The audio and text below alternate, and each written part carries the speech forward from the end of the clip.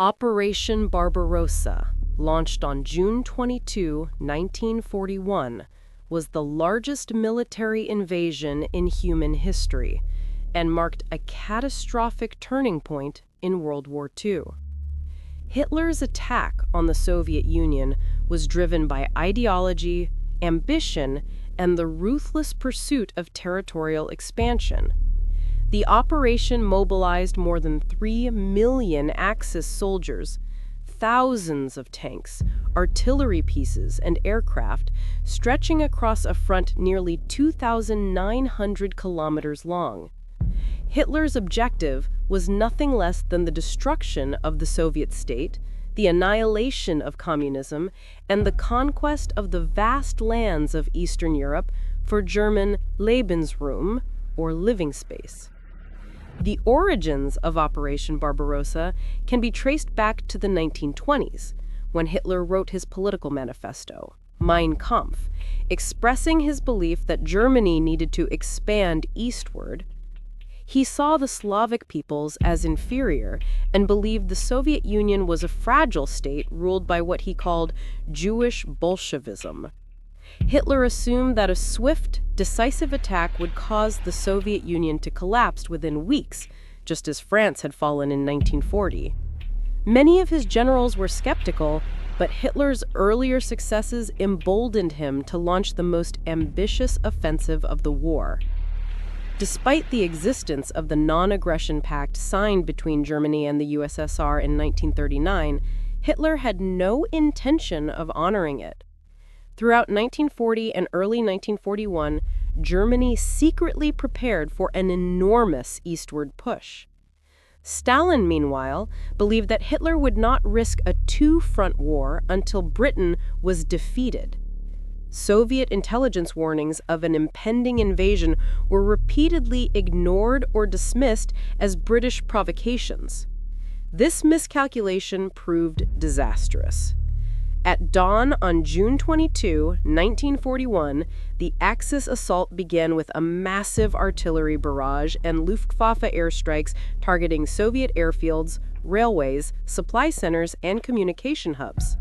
The German attack was divided into 3 major army groups. Army Group North aimed to capture Leningrad, Army Group Center targeted Moscow, and Army Group South pushed toward Ukraine, the Donbas industrial region, and the oil fields of the Caucasus. The scale was unprecedented. More than 3,000 tanks, 7,000 artillery guns, and 2,700 aircraft supported the assault. The initial phase of the operation was devastating for the Soviet Union. The Red Army was caught by surprise, poorly prepared, and hampered by inadequate leadership due to Stalin's purges of the officer corps in the late 1930s. Soviet aircraft were destroyed on the ground by the hundreds. Entire divisions were encircled in massive pockets known as kessels. One of the largest early encirclements occurred at Minsk and Bialystok, where over 300,000 Soviet soldiers were captured. By early July, German forces had advanced hundreds of kilometers, shattering Soviet defensive lines. Army Group North swept through the Baltic states and moved rapidly toward Leningrad, initiating one of the longest and deadliest sieges in history. Army Group Center achieved the fastest breakthroughs, capturing Smolensk and advancing toward Moscow. Army Group South seized vast agricultural regions and threatened key industrial areas. The Wehrmacht, relying on blitzkrieg tactics, maintained relentless momentum. However, despite Germany's early success, the operation began facing significant challenges. The vastness of the Soviet Union strained supply lines.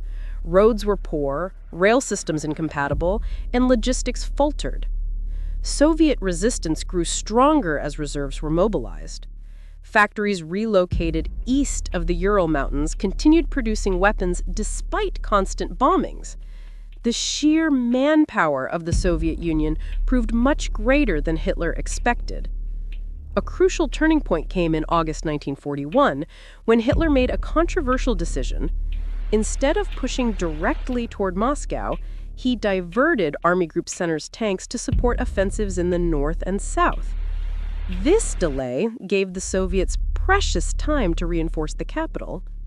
Meanwhile, German forces captured Kiev in September, resulting in one of the largest encirclements in history, with over 600,000 Soviet soldiers taken prisoner. Despite this enormous victory, the German advance began losing momentum. By October, the final push toward Moscow began under the code name Operation Typhoon. The Wehrmacht hoped to capture the Soviet capital before winter. Initially, German forces made significant progress, capturing towns like Vyazma and Bryansk and encircling hundreds of thousands of Soviet troops. But the weather quickly deteriorated. Heavy rains turned roads into rivers of mud, immobilizing vehicles and slowing troop movements to a crawl. The infamous Rasputissa mud season stalled the German advance. When the temperature finally dropped, the Wehrmacht faced another nightmare: the brutal Russian winter. German troops lacked proper winter clothing, antifreeze, and cold weather equipment. Tanks froze, weapons malfunctioned, and soldiers suffered frostbite. Meanwhile, the Soviets, accustomed to harsh winters, launched a massive counteroffensive in December 1941. Reinforced by Siberian troops trained for cold combat, the Red Army pushed the Germans away from Moscow for the first time. Hitler's dream of capturing the Soviet capital collapsed. Operation Barbarossa failed to achieve its goals by the end of 1941. Instead of collapsing, the Soviet Union survived, reorganized, and retaliated. The German army, exhausted and frozen, found itself fighting a prolonged war of attrition it was not prepared for. The failure of Barbarossa marked the beginning of the end for Nazi Germany. From 1942 onward, the Eastern Front consumed German resources and manpower at a catastrophic rate. The invasion also unleashed unimaginable brutality.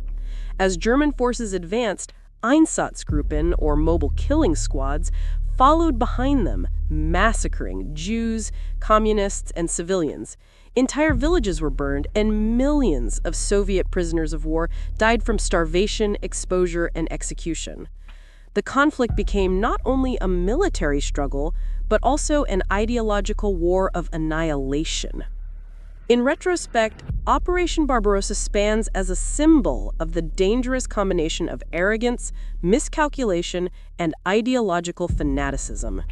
Hitler believed the Soviet Union would fall like a house of cards. Instead, he awakened a giant. The failure of the invasion set the stage for Germany's defeat and reshaped the future of Europe and the world.